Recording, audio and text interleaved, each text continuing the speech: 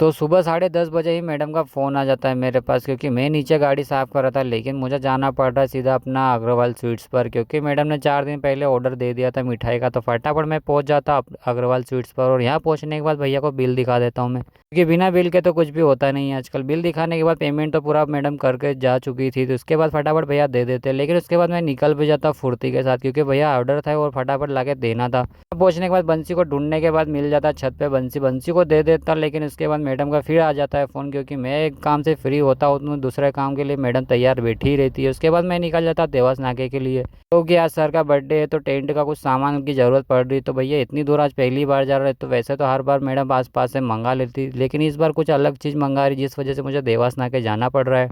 तो देवास नाके पहुंचते ही भैया कुछ ऐसा लगता था कि मैं एवी रोड पे नहीं पहुंच चल रहा हूँ बेटा, ऐसा लग रहा है कि मैं किसी गांव के किसी सड़क पर चल रहा हूँ, क्योंकि इतनी खुदी और इतनी गड्ढे थे, तो भाई समझ में भी नहीं आ रहा था कि ये इंदौर या कोई और शहर है। उसके बाद पहुंच जाता हूँ मैं यहाँ टेंट की दुकान पर, और ये दुकान नहीं भला इतना बड़ा गोडाउन था भैया। उसके बाद भैया फटाफट सामान रख देते डिक्की में, और सामान रखने के बाद मैं भी निकल जाता फुर्ती के साथ, क्योंकि भैया रास्ता इतना गंदा था, इतना ख़राब था कि मुझे तो गाड़ी चलाने में भी परेशानी आ रही थी, क्योंकि भैया इतने गड्ढे थे, और पानी में कुछ गड्ढे तो समझ में भी नहीं आ रहे थे। लेकिन कुछ राहत की सांस लेने के बाद पहुंच जाता अपने एबी रोड पर, और यहाँ से भी कुछ तकलीफ आती है, क्योंकि भैया बीच बीच में ब्रिज भी बन रहे थे।